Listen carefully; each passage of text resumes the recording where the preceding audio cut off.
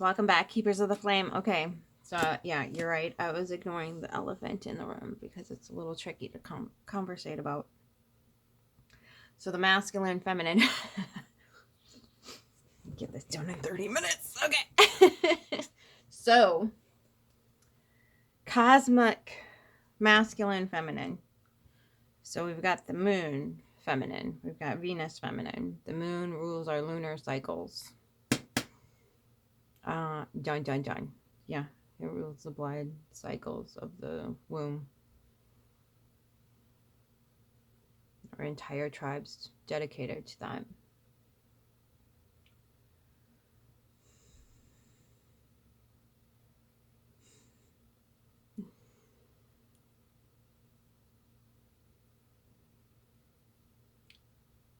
Then you've got the masculine planets, which is the sun and Mars. That's all far. That's as far as we're going to take it for today, because the other ones spark a debate. As if I'm not going to spark a debate on this one. So this thing that we exist on, you and me,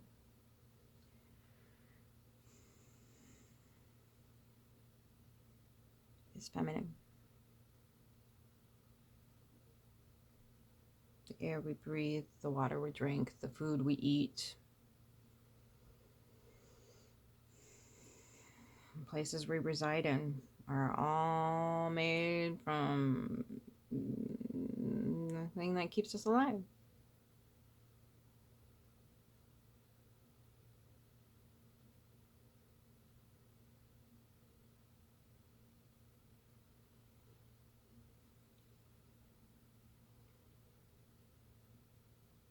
Now take the state of the earth and then apply it to the feminine in general. Pretty much the same.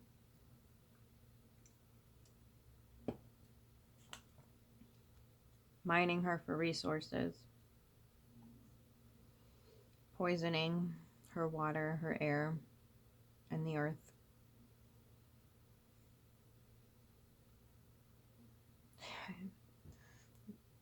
Well, that's not job. White coats want us to believe that we come from apes and monkeys and gorillas and whatever the hell else they can come up with. And they just disproved that. So Darwin's in the middle of sucking a couple bags of dirty ones, but as he should. That's my feminine. So the thing we have to ask ourselves when it comes down to this whole masculine feminine thing, when we're debating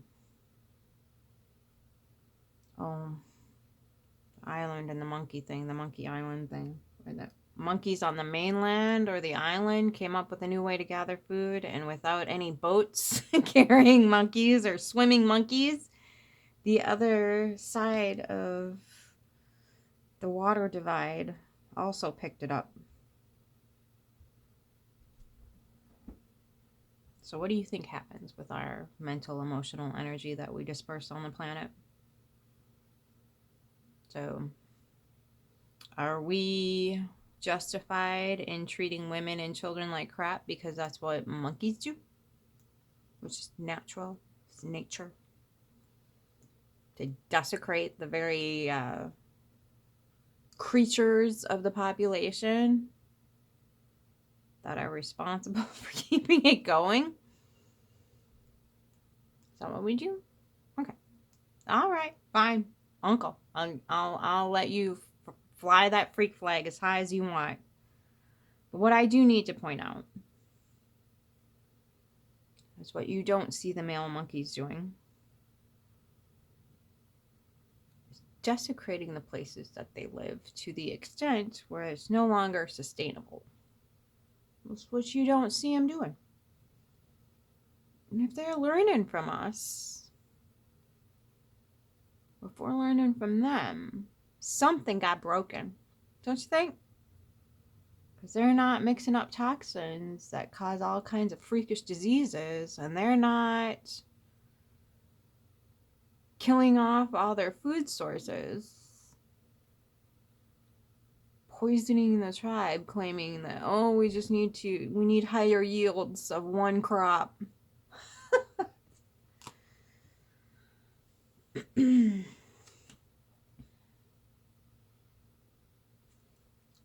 Wow, one of those chemical companies collects $10 billion for a chemical that was harmless, like glyphosate. Yeah.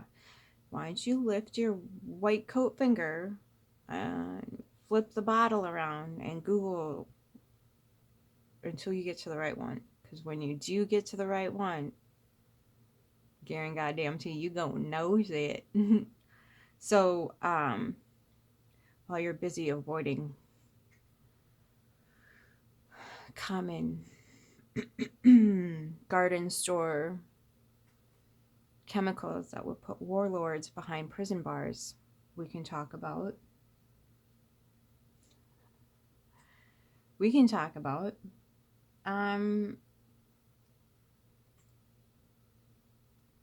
how the masculine has to be so programmed in order for these things to happen. Because as bad as women have it, as bad as women have it, as bad as the feminine has, as bad as the creatures who are responsible for growing humans inside their bodies. Those folk.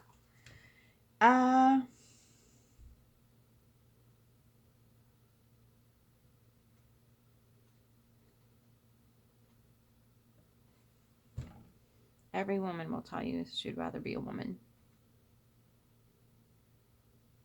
And even though we'd rather choose the bear and still be a woman,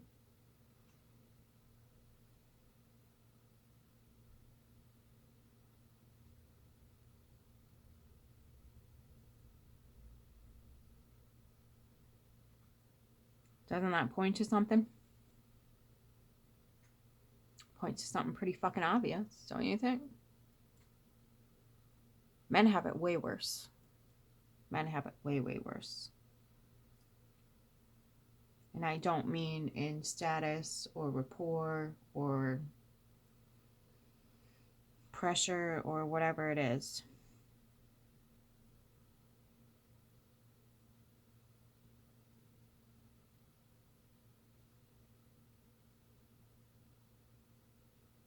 I mean, if you're not numb from the brain down, you're dealing with a whole shit ton of emotional trauma. Not just by what was done to you, but what you are required to do in order to keep your status. And nobody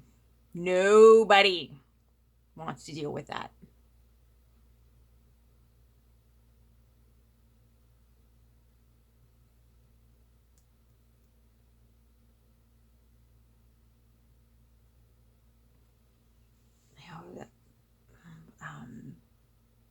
What's her face? Teal Swan was doing a video, and she said she was going to train males on how to overpower females and direct our ditzy nature into whatever the hell the male wanted us, whatever direction they wanted to drive us in. And I thought to myself, you dumb shit, that's what got us here. He kept driving us in the direction of complete and utter self-destruction. And that's why we are where we are right now, Teal. Okay. So,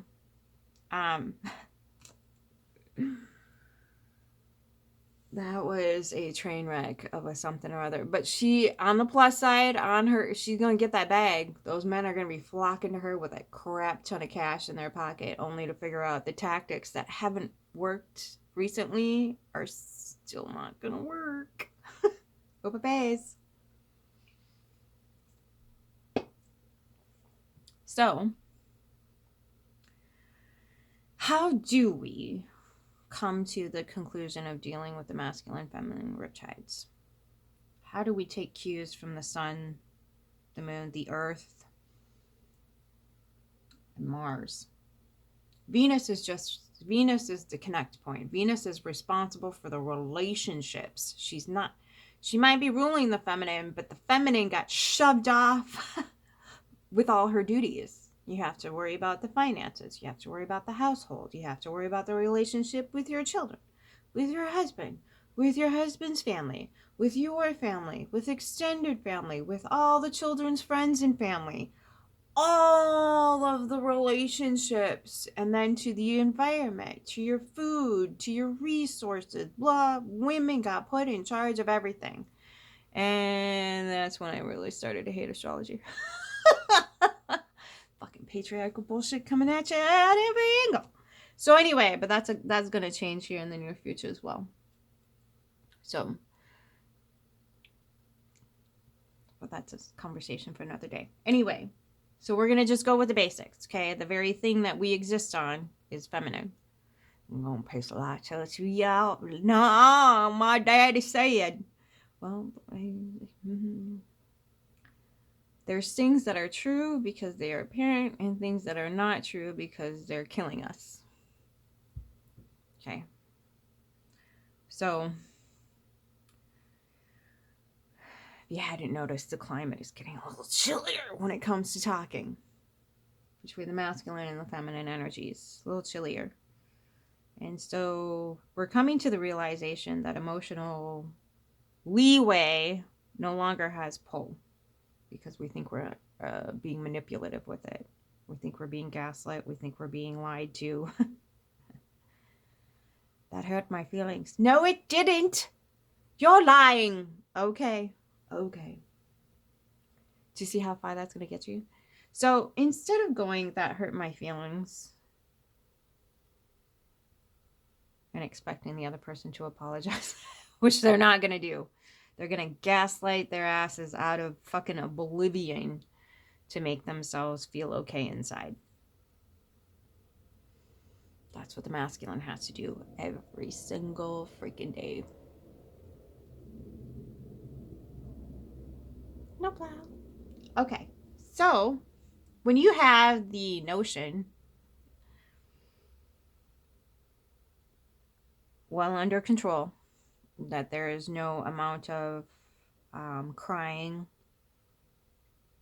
shutting down, trying to process, trying to heal yourself, there's no amount of that that's going to get through to the other side. Your healing is not going to matter to the other side. In fact, I'll piss them right the fuck off. But what you can do is look them dead in the face. And this is feminine or masculine. Doesn't freaking matter. Doesn't matter. Look them dead in the face. Even if you're looking at yourself in the mirror. And that's the best way to do this work, or at least start off with it, is you look them dead in the face. What was your objective there? What were you trying to achieve with that? Where did you think that was going to lead? Did you have a particular goal in mind when you were setting out on this particular journey of whatever the hell the circumstances are? What did you mean when you said that? So, not to placate the don't get emotional about it. You find people where you can be emotionally safe. And it does not even mean having to vocalize your feelings. That's for another day. Okay. Back to the I'm trying to stay focused. Okay. So, when you can do that for yourself, when you can start asking, and maybe it's the Christmas party, maybe it's just a family member, maybe it's your cousin, maybe it's your friend, maybe it's whatever the hell it is. Ask them, what were you looking to achieve by making that statement? Don't even say, were you trying to make me feel bad? Because what was your goal behind that statement? What was your intent? What outcome were you looking for?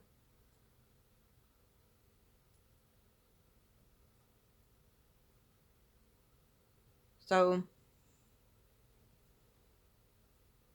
I don't remember where I first heard it, but there's something about a box of darkness that people like to offer you because they can't handle their own box of darkness. Leave that fucking box on the goddamn steps, unwrapped, untouched. Let it rot in the fucking snow, rain, sleet, whatever the hell is coming down where you are. Let it rot there. Do not pick that bitch up. Don't pick it up. It's not yours. It's not yours. You are not entitled to somebody else's emotional dysregulation. Stop thinking you are, because it's not going to help anything. It's not going to help anything. And nothing they say is personal. It's not personal. It's never going to be personal. Because you don't, when you are encountering somebody who's going to emotionally brutalize anybody they possibly can, it's not personal. That they have not let anybody get to that extent of intimacy where it could possibly be personal. There's no freaking way. Just because they're blood relative and you goofed around with them your whole entire life still doesn't make it personal. It's not personal. It's never going to be personal. Because if they're going to behave in such a way, they're not taking anything personal either. They're not letting anybody get close enough to take things personal. Because if they were, they would never, under any circumstances, hand you a box of freaking darkness. They'd be like, oh fuck, I got this box of darkness, I gotta deal with this later. But for right now, I am going to choose to be a different person so that I can not hurt the people in my environment. Scorpio song. We'll sing ourselves before we sing other people. If you get stung by a Scorpio, you done earned it. And no, they're not going to tell you what you did. So, when you have someone hand you a box of darkness, and you are not intimate, not in the sexual way, if you are not emotionally, mentally, psychologically intimate with that person, you don't have to be doing the meeting of the, we're not talking about that right now. This has nothing to do with the masculine feminine relationship. I am talking human to human. We can't even get past this. Human to human. So when you have somebody who says something that's totally off base and it's trying to shift you out of yourself and into their world, their reality, that's when you're going to have a problem. Because when you choose to leave and abandon yourself to go and engage in your curiosity about that person's box of darkness, which has no good intent for you, it never has and it never will.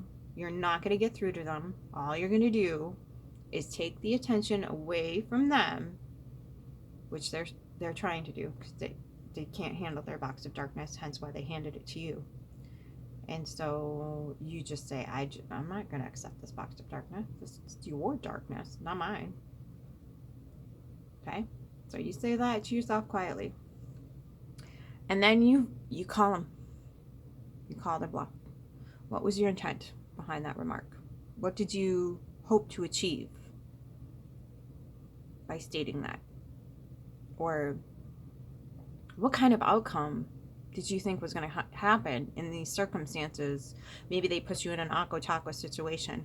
What was the goal of this miscommunication? Now, granted, miscommunication happens all the freaking time, but there's people that, when you know, you know.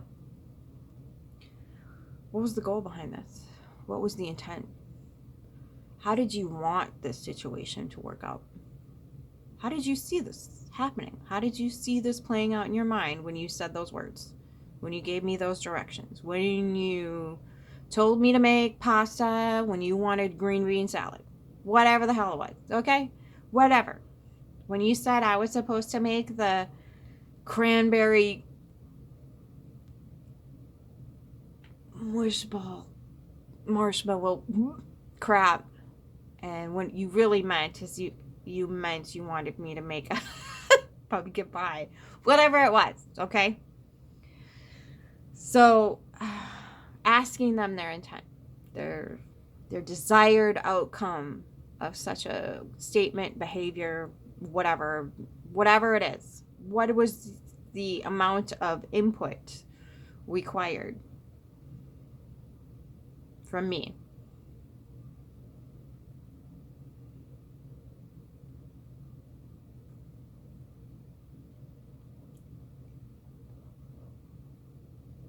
So what was the goal? What was the intent? How did you want this situation to work out? So it's not that you're stoic. I chose do that stuff. You gotta be careful with that. You gotta be real careful, because you start training your body not to feel or sense anything, and you're not gonna feel or sense anything.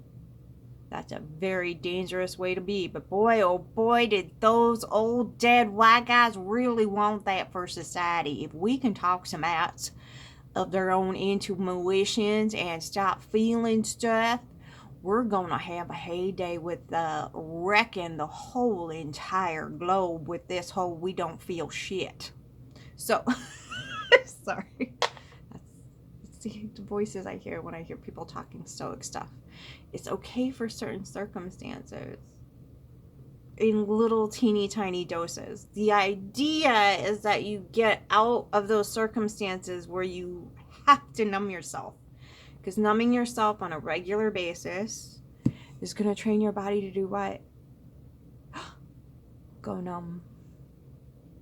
Can't imagine how that would not work out so great for the entire human race. So, emotion is not the enemy. It's how you read the roadmap. It's a road map. Your emotions are supposed to be felt in the body. It's supposed to come up. That's how we move through the emotions. Energy in motion.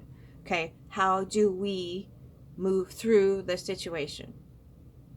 As we have to move through it. We can't just like...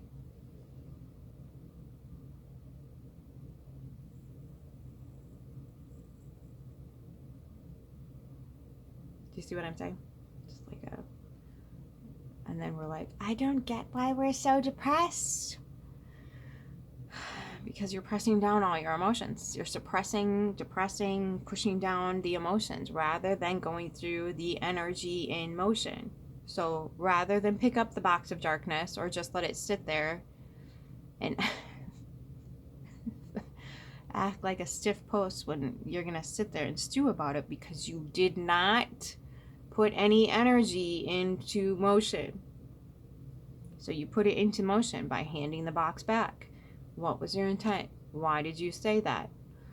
How did you think that was going to turn out? Was there a specific goal you had in mind by making that statement, putting that circumstance in front of me, whatever the hell it was?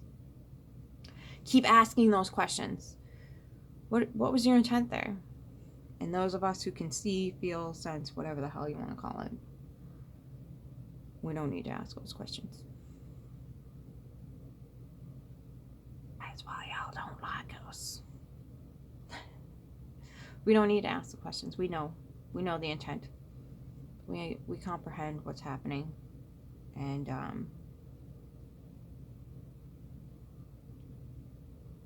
we handle it a little bit differently. Let's put it that way. We handle it a little bit differently. We might still ask the question, but the tolerance, I want to say, is that maybe the right word? The tolerance is at an all-time low, I think, for the masculine and the feminine. It's at an all-time low because we're not catering to feelings and emotions anymore. So what we can do instead is reflect upon when we make certain choices, when we have these modalities of existing, when we have these abilities to go over here or go over there, whatever the hell it is, when we have that available to us, are we looking out for each other's best interests? Are we looking out for our own best interests? That's key number one. So that usually involves taking yourself out of the danger zone and getting someplace safe. And that means that, yeah, we're going to avoid each other because we do not know how to respond. We do not know how to be responsible. So when it comes down to comprehension of our timeout, I'm guilty of it too. I am not taking so graciously myself, you know. I think this will be my 8th year in. And I think it's my 8th year. I lost track. Anyway, it's just lost track. I don't care anyway. So when we have this,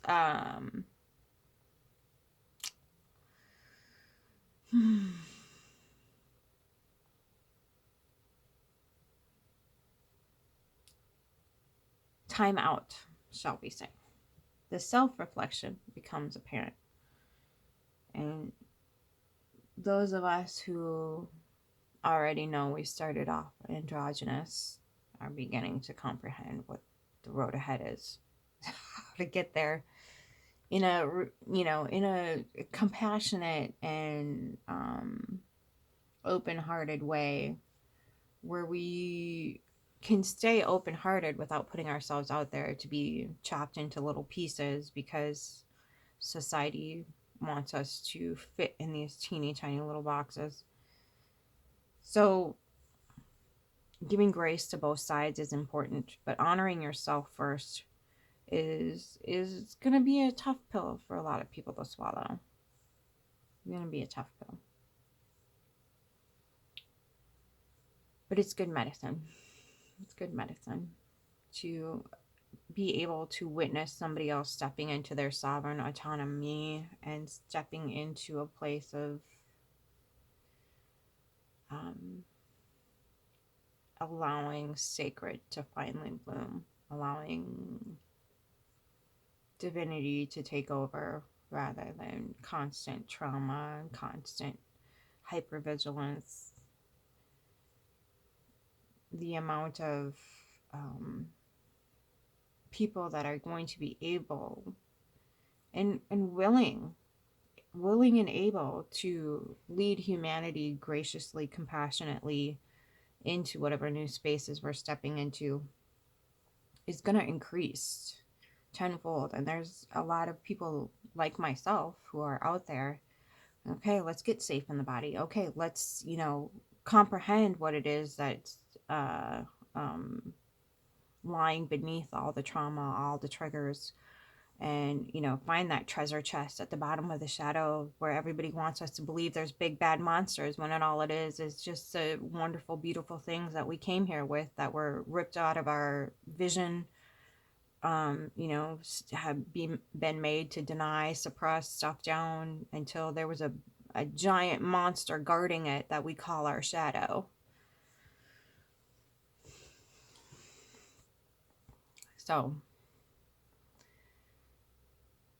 honoring the timeout, giving that space to allow the sacred to rise again. And it doesn't have anything to do with religion. I don't even like spirituality anymore at this point. It's kind of gotten me more and more like things to be uncovered through that as well. So spirituality communities you have to be very diligent. You're not being overrun by somebody who's trying to parasite your bank account. Not that there's anything wrong for charging for any of that. Oh my God, there's nothing wrong with that. I'm so sick of listening to people. It's not spiritual to charge for gifts. We spent a lot of time and energy and shadow work getting here. We can get paid for the things that we've had to sit down, read, learn, study, the torture we had to put ourselves through. Yeah, that can get some compensation. We don't need to be gazillionaires. We don't need to own mansions, but we do need to live. We do need to have houses and food and you know, or a roof over our head, or, you know, whatever it is, you know. It's not of the evil forces to you know, find shelter in the winter time. So, and it goes both ways. You've got people over here going, oh, if they're in any way, shape, or form struggling, they're low vibe and they're whatever. Fucking you. What? And then you've got the other side where it's like, oh, they have, you know, they have a house, they have food, they have 75-cent can of tea.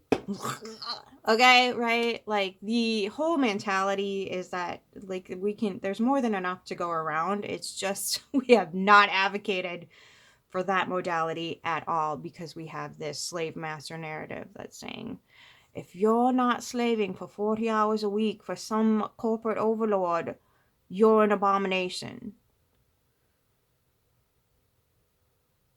I wish y'all sometimes just listen to yourself for a minute before you speak. Please, just ease up on this whole demonizing one party or the other. Just let's take care of each other, okay?